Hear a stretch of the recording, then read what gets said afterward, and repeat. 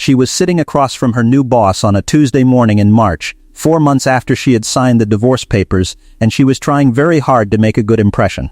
The office was glass and steel, with a view over the harbor that she had always admired from the outside, and she had dressed carefully for the occasion. The interview had gone well, she thought. She had answered every question. She had smiled at the right times. Then her new boss set a printed page on the desk between them, turned it around so she could read it, and said, "I'd like to understand this.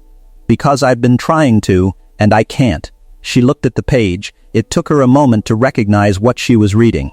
"Is there something you'd like to tell me," he said, "about your connection to Hale Infrastructure Holdings?" She said nothing. There was a name on that page she had not expected to see again. A name she had dismissed and minimized and finally walked away from. A name she had believed meant almost nothing. That name was worth $3 billion. Why did she walk away from it? That is the question worth sitting with. Let me go back, because none of this makes sense without it. If you're new here, this is where real stories live. Subscribe, because what comes next is the part nobody ever predicts. Donovan Hale grew up in Spokane, Washington, in a house where money was discussed in the language of shortage.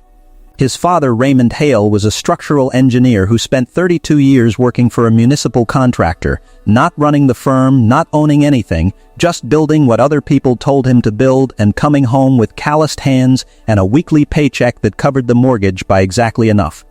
Raymond never complained about this arrangement. He believed, with the unargued conviction of a man who has never seen evidence to the contrary, that the work itself was the point. The only object of his that Donovan kept was a pocket watch. An Elgin, manufactured in 1962 with a gold-toned case that had gone slightly dull with handling over the years. On the inside of the lid, Raymond had engraved 4 words himself. Using a borrowed tool and more patience than skill, what you build outlasts what you say. The watch did not keep perfect time. Donovan had it serviced once, and the watchmaker told him that the movement was worn and would always run about 3 minutes fast. He kept it anyway. He carried it in the left breast pocket of every jacket he owned. What Raymond could not have anticipated was that his son would absorb the lesson entirely, but apply it at a completely different scale. Donovan graduated from the University of Washington with a civil engineering degree, spent 7 years in the field managing large-scale infrastructure projects across the Pacific Northwest, and by the time he was 31 had quietly accumulated enough knowledge, enough professional trust, and enough capital from 2 early investments to form Hale Infrastructure Holdings as a private entity. No press release, no ceremony. He filed the paperwork on a Thursday afternoon and drove home in a truck that was 6 years old and showing rust along the wheel wells. He kept the truck.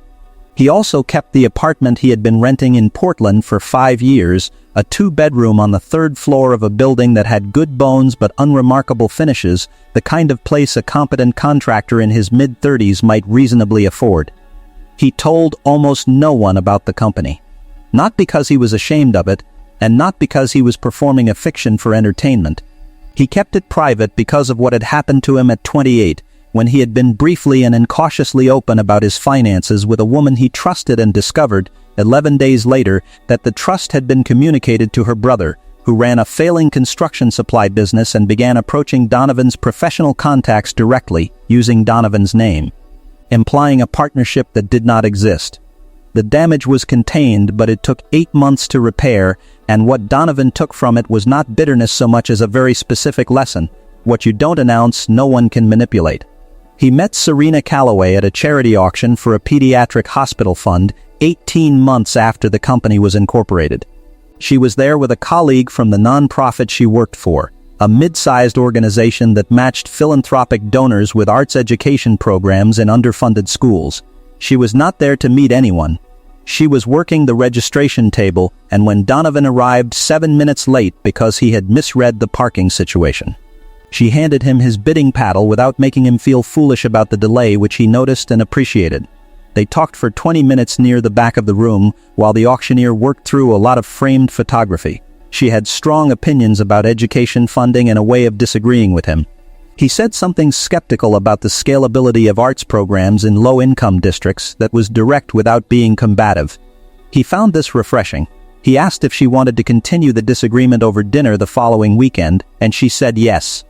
The first 14 months together were, by any honest accounting, genuinely good. Serena was warm and thoughtful, with a tendency to leave small notes tucked into unexpected places, inside a jacket pocket, under his coffee mug that said nothing profound. Just the kind of small observational things that confirmed she paid attention. She knew he worked in construction management, which was what he told her. And she accepted this without particular interest in the financial implications. She cared about the work he described, the actual building, the logistics, the problems he solved, in a way that felt sincere. He loved her. He was sure of that for a long time. They married in September, 2 years after the charity auction. In a mid-sized ceremony at a venue outside Portland with 112 guests, Serena's mother, Margaret Calloway, gave a toast that was 11 minutes long and mentioned Serena's resilience in finding someone suitable despite an earlier, unspecified disappointment. Donovan's side of the family was smaller. His mother, 2 cousins, his closest friend and attorney Oliver Reed, who sat in the third row and looked, for the entire ceremony, like a man watching a film he had already seen the ending of and was choosing not to spoil. Donovan wore a charcoal suit and kept the Elgin watch in his breast pocket, the way his father would have. The first sign that something structural was shifting in the marriage arrived 6 weeks after the wedding, though Donovan did not name it as a sign at the time. Margaret Calloway had come for a long weekend visit, her third since the ceremony, and on the Saturday morning she sat at their kitchen table drinking coffee and looked around the apartment, taking in the third-floor walk-up, the unremarkable finishes, the 6-year-old truck visible through the window in the parking lot below, and said, "To no one in particular, I just assumed you'd be in a house by now." She did not direct this at Donovan. She directed it at Serena. That was the method. She never confronted Donovan directly because she did not consider him worth confronting. She redirected her assessments through Serena, which meant Serena was required to process them alone. Serena did not repeat the comment to Donovan until the following Tuesday, and when she did, she framed it as something they could laugh about. They did laugh about it, but the comment had landed somewhere, and Donovan could tell because 3 days after that Serena brought up, for the first time entirely out of context, whether he had ever thought about what the long-term trajectory of his career looked like. He said that he was satisfied with where things were going. She nodded and moved on. But the question had been asked. Margaret Calloway visited again 6 weeks later, and then again 6 weeks after that, establishing a rhythm that was just infrequent enough that each visit felt like its own isolated event rather than a campaign. She had a method for this, whether she was conscious of it or not. Each visit she would surface one specific comparison. A colleague of Serena's whose husband had just been promoted to partner at a law firm, a distant cousin who had purchased a house in a neighborhood Margaret named specifically and described in detail, a story she had read about someone Serena's age who had founded a company and sold it. The comparisons were never stated as criticisms. They were offered as interesting anecdotes, the way someone might share a recipe. The cumulative effect over 16 months was something different.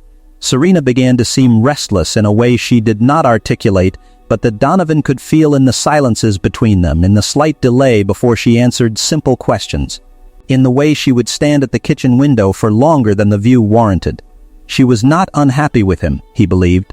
She was becoming uncertain about what she had, which was a different and more complicated thing. It was during this same period that Colton Voss appeared in their social orbit. He was introduced at a dinner party hosted by mutual friends of Serena's in early February. A casual gathering that Donovan had very nearly skipped because of a sight walk he had scheduled for the following morning. He went because Serena asked him to, and because skipping would have required an explanation he was not prepared to give. Colton Voss was 38, built with the specific kind of lean confidence that photographs well, and dressed in a way that communicated wealth without any individual item being identifiably expensive.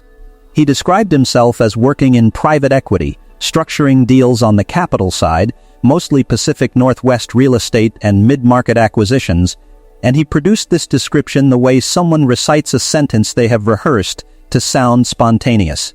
He had a story about a yacht.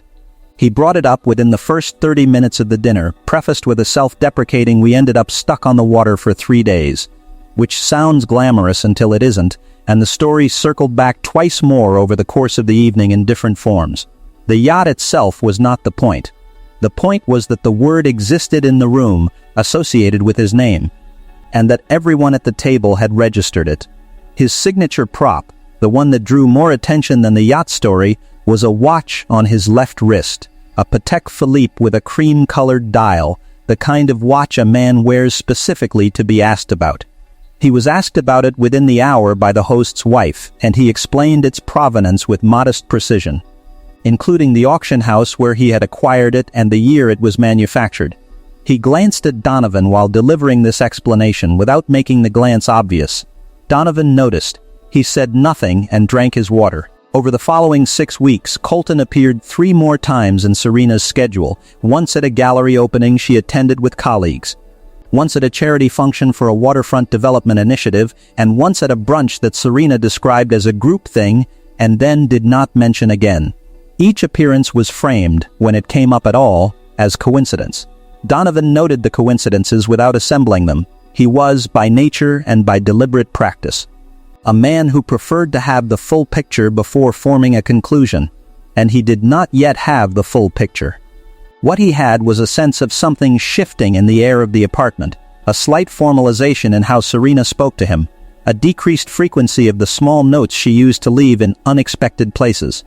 The last one he found was tucked into the pocket of his rain jacket in early March. It said only bought milk and had been there for 3 weeks before he discovered it, which was not her fault, but which felt when he read it like a kind of timestamp for when the habit had stopped.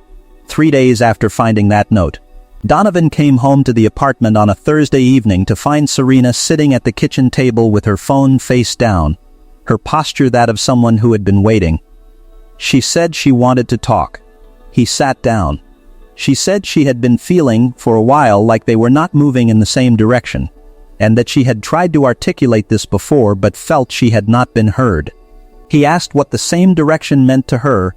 Concretely, she said she meant that she had imagined a different life by this point. Not different in some vague sense, but specifically larger, more established, more financially secure, more positioned.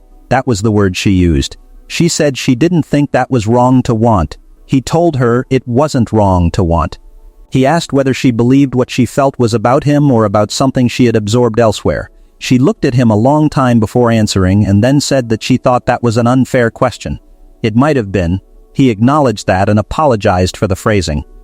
But he remembered the question, because the way she had not answered it told him something specific. 3 weeks after that conversation, on a Saturday in late April, he came home to find that she was not there, that her winter coat and 3 of her overnight bags were not in the closet, and that there was an envelope on the kitchen counter addressed to him in Serena's handwriting. Inside the envelope was a letter that was 4 paragraphs long and measured in its language. The kind of letter someone writes after rehearsing it several times. The essential substance of it was that she needed time and space to figure out what she wanted, that she was staying with a friend and that she hoped he would respect her decision. The letter did not mention Colton Voss. It did not need to. He set the envelope down on the counter. He stood in the kitchen for a while without turning on the overhead light, just the lamp in the living room casting its usual angle across the floor. He reached into his jacket pocket and held the Elgin watch without looking at it. The case was warm from his body heat. He thought about his father who had built things without announcing them, and then he thought, with the flat and careful clarity of someone taking an inventory, about what he was going to do next. He called Oliver Reed at 7:43 that evening. Oliver picked up on the second ring the way he always did, as if he had been waiting. Donovan said only, "She's gone." Oliver said, "I know. I'm sorry." There was a pause. Then Oliver said, "When do you want to start?" Donovan did not begin any formal process for 17 days. He gave the space that Serena had asked for, not because he was passive but because he understood the difference between restraint and inaction, and because moving too quickly would have required lying to himself about what he was feeling, and he had no patience for that. He felt grief that was genuine and specific. The absence of the small notes, the empty hook where her rain jacket used to hang, the way the apartment, which had never been large, now felt organized around a subtraction. He also during those 17 days received a confirmation that had nothing to do with grief. On the 9th day, Oliver called with a document. A public filing associated with a waterfront development project in the lower Columbia River corridor, a parcel that Hale Infrastructure Holdings held in a complex ownership structure through a subsidiary. The filing was routine. What was not routine was that the party requesting an adjacent land use variance, the party whose counsel had contacted Oliver's office about a potential partnership inquiry, was a private equity vehicle called Voss Capital Group. Donovan read the name. He set the document down. He felt something colder than anger, slower and more settled than rage. And he made a decision that he would not act on that feeling for as long as the situation required. He called Oliver back and said, "Don't respond to them. Don't confirm anything about the parcel. And I need you to start pulling everything you can find on Colton Voss, the fund, the capitalization, the deal history, any filings, any litigation." Oliver said, "Already started." He paused. "Donovan, the watch in his pocket is worth more than your question." Donovan said, "What?" Oliver said that's what he told someone at the waterfront charity function. Someone asked him what he knew about the local infrastructure landscape, and he said, and I'm quoting, "I know the watch in his pocket is worth more than his question." He was talking about you. He'd done enough research to know you were worth watching, he just hadn't done enough to know how much. Donovan did not respond immediately. He noted the detail with the same precision he applied to structural load calculations. It was information, it was useful, and it told him exactly how far back Colton Voss's interest in Serena predated any feeling he might have performed. It was during this same period that Oliver brought in a forensic accountant named Davies, a compact and methodical woman who worked from a home office in Beaverton and who had the professional temperament of someone who found numbers morally neutral but factual errors personally offensive. She began reviewing every interaction between Voss Capital Group and any entity adjacent to Hale Infrastructure Holdings' holdings, going back 22 months. The picture she assembled over the following 11 days was this: Colton Voss had no institutional backing. Voss Capital Group was a single-member LLC with a filing address at a shared office suite in the Pearl District. A nominal capitalization of $380,000 and no documented deal closings in the preceding 3 years. The Patek Philippe on his wrist had been purchased on a payment plan through a dealer in Seattle who had 18 months ago threatened legal action before the balance was ultimately settled.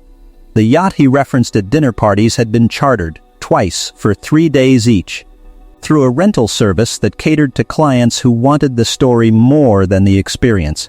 What he had was a credible performance of wealth and a very specific strategic target, the Columbia Corridor parcel, which had been the subject of a regional infrastructure report published 8 months ago that estimated its development value at $190 million.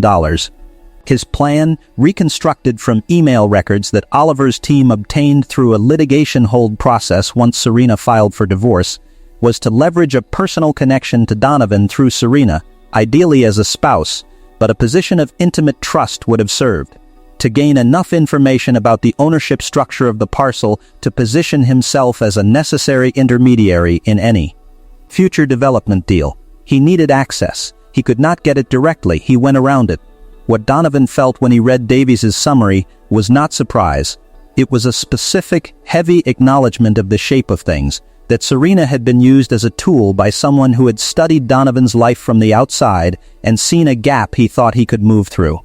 Whether Serena had known any of this, or whether she had simply wanted something different and had found a man who seemed to offer it, was a question Donovan could not answer with certainty, and he was careful not to assign guilt beyond what the evidence justified.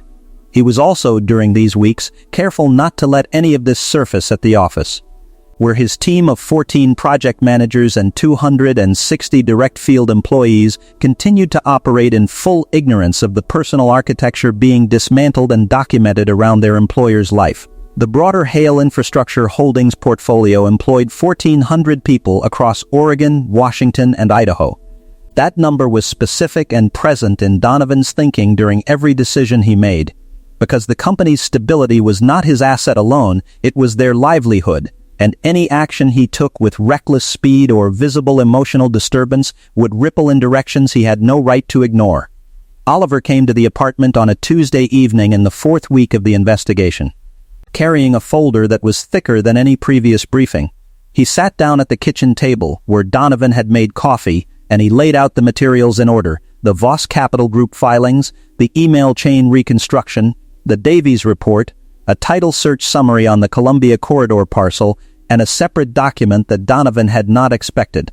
The separate document was a credit application. Serena's name was on it. The application had been filed with a private lender 7 weeks ago, 9 days before she left, and the co-signer was Colton Voss. The property referenced as collateral was the apartment. Their apartment. The apartment that Donovan owned outright through a holding company, with no mortgage.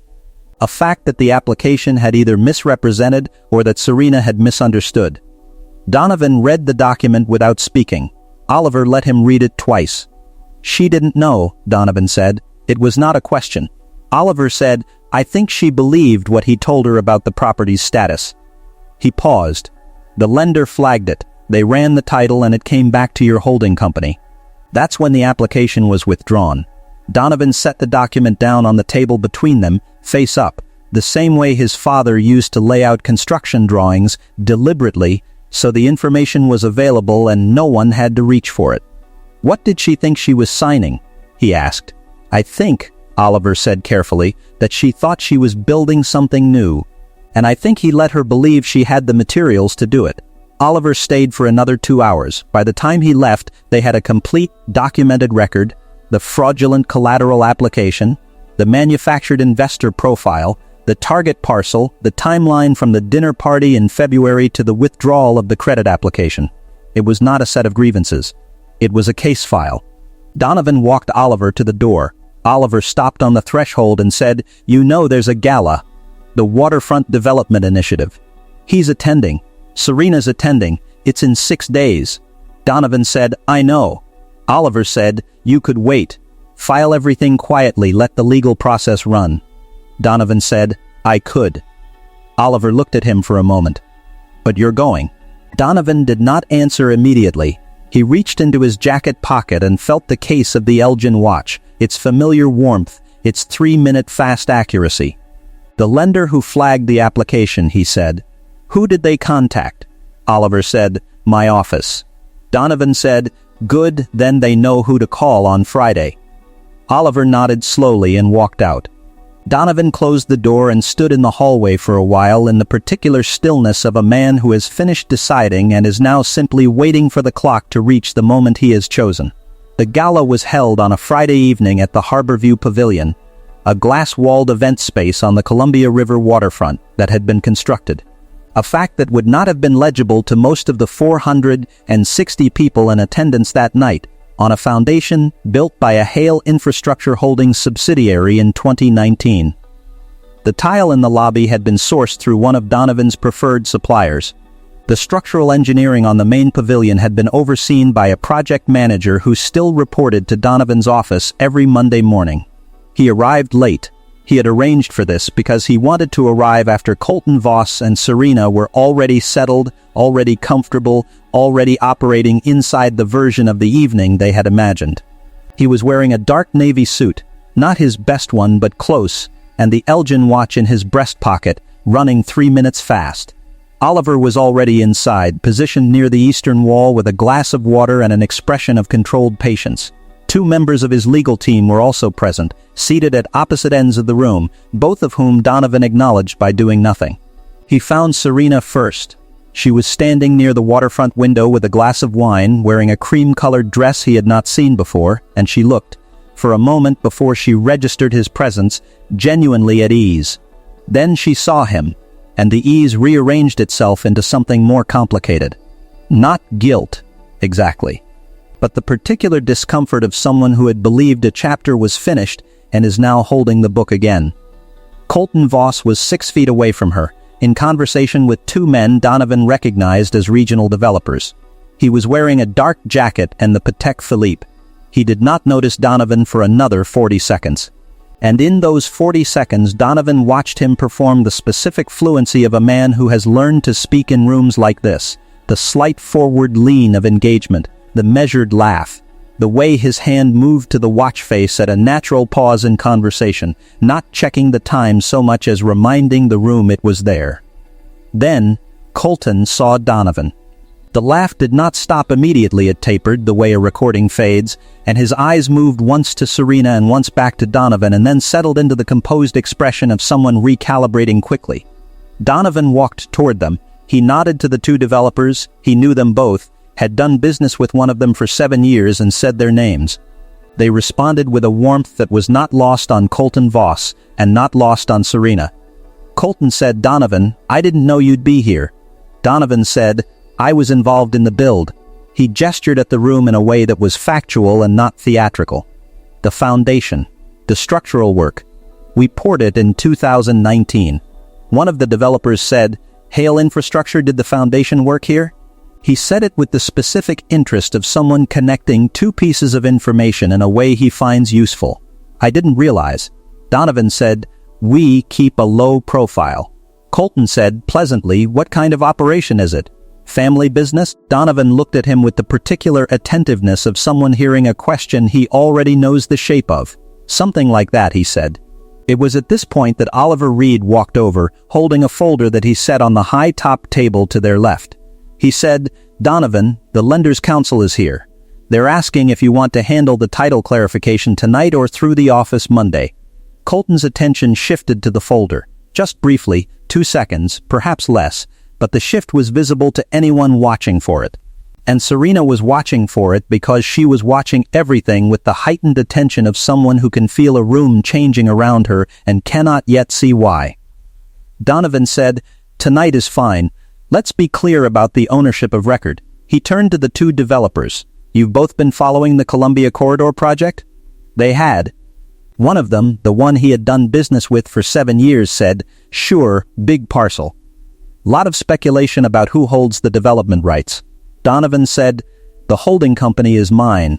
Has been since 2017. The development rights are not in play through any third party. I want to be direct about that because there's been at least one recent approach to a lender using collateral that doesn't exist. The room around them had the particular quality of a room in which the ambient sound has not changed, but the attention has concentrated." The two developers exchanged a look. The woman standing to Colton's left, a board member of the Waterfront Initiative, had gone very still. Serena set her wine glass down on the nearest surface. Her hand was steady, but she set the glass down with slightly more force than the surface required. A small, involuntary announcement that she had heard something. Colton said, evenly, "I think there might be a misunderstanding." Donovan looked at him. He spoke without volume, without emphasis, with the flat cadence of a man reading a measurement off a gauge. "The application listed a Portland property as collateral. The property belongs to one of my holding companies. The title came back to that company when the lender ran it. The application was withdrawn. Oliver's firm has the documentation." He paused. "I'm not making an accusation tonight. I'm correcting a record." The woman from the Waterfront Board said, "Colton, are you a member of this initiative's development committee?" Colton said, "Advisory capacity."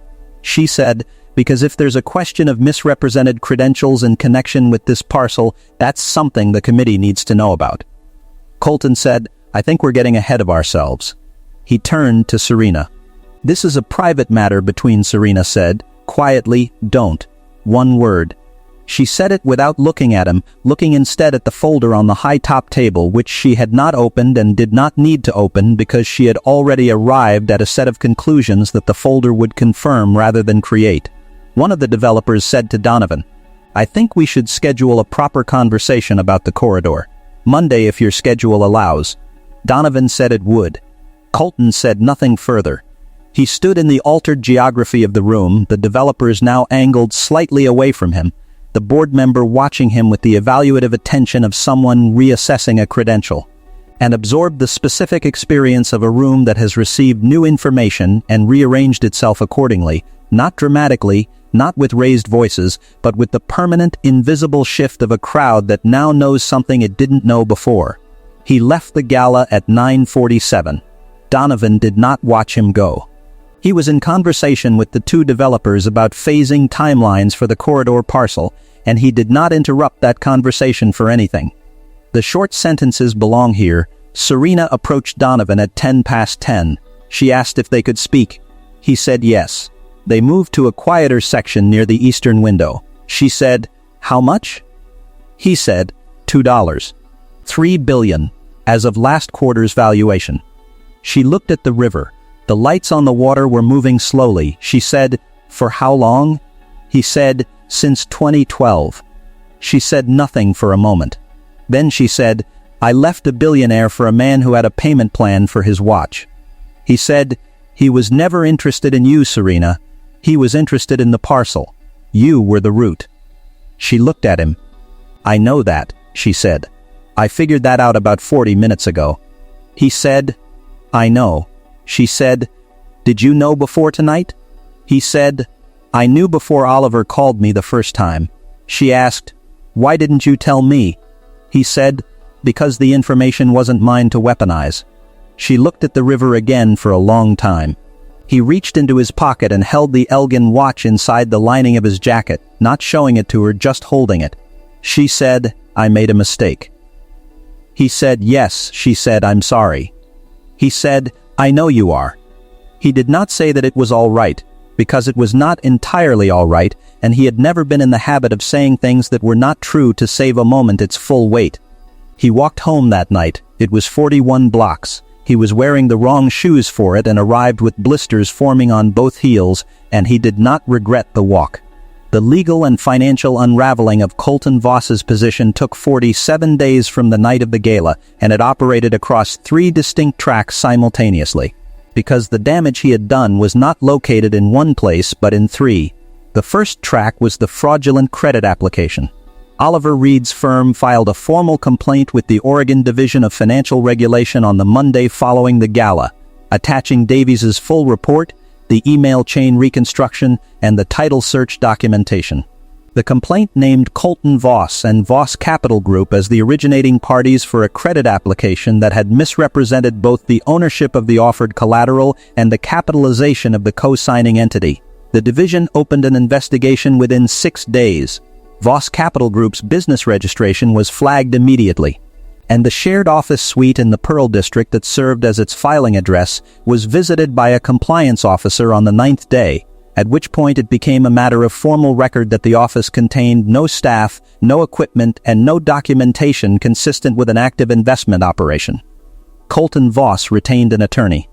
The attorney filed a motion arguing that the credit application had been withdrawn before any funds were dispersed and that therefore no fraud had been completed.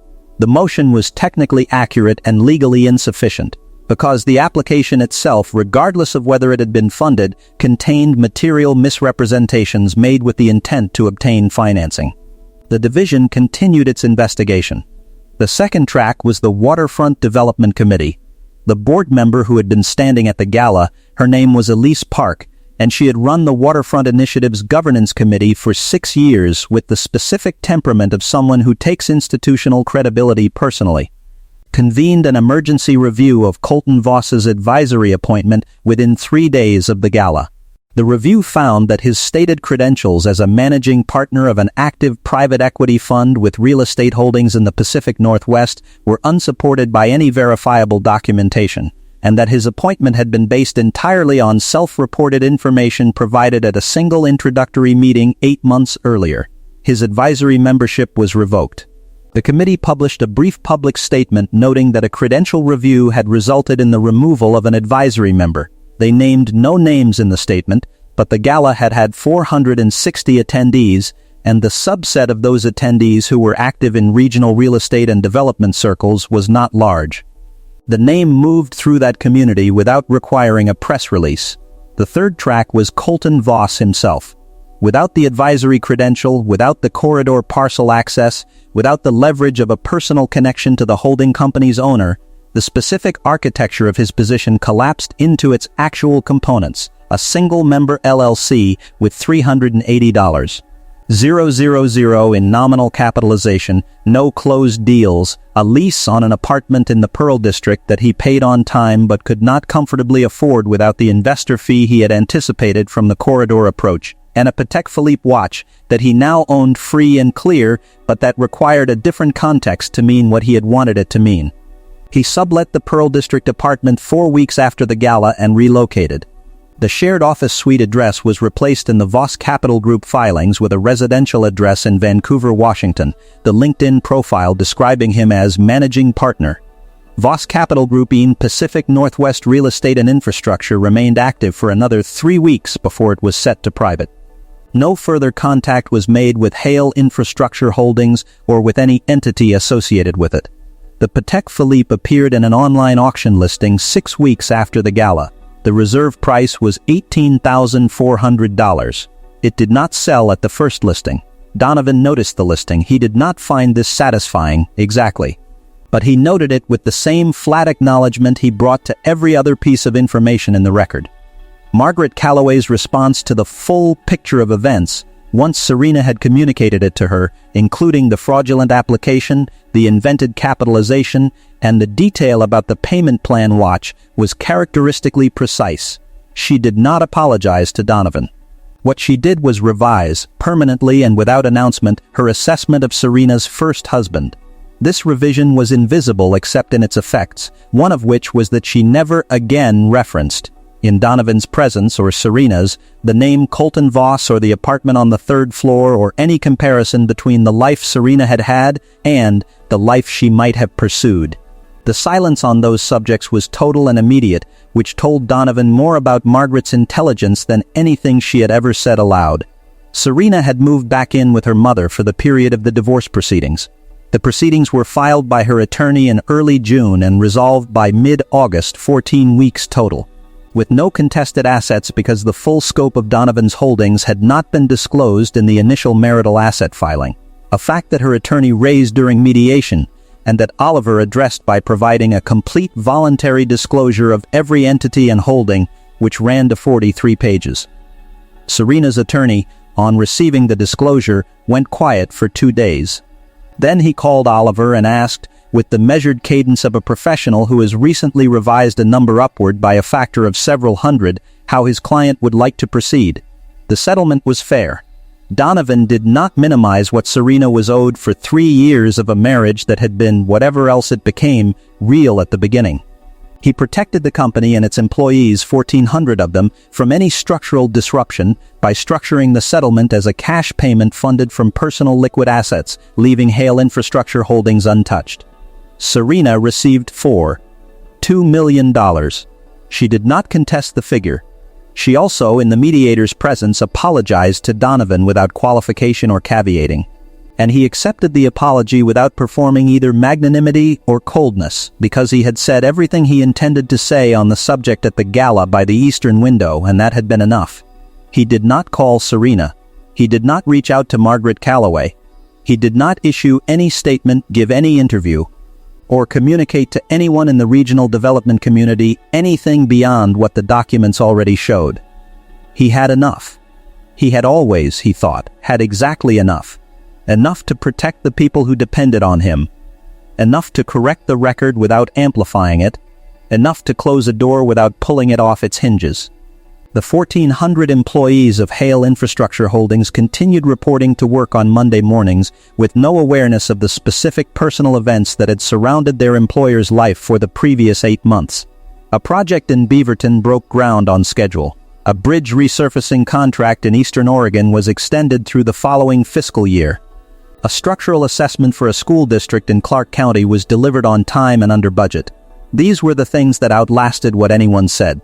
Oliver Reed came to the apartment on the first Friday evening of September, not for business, just for dinner, the way they had done roughly once a month for 14 years.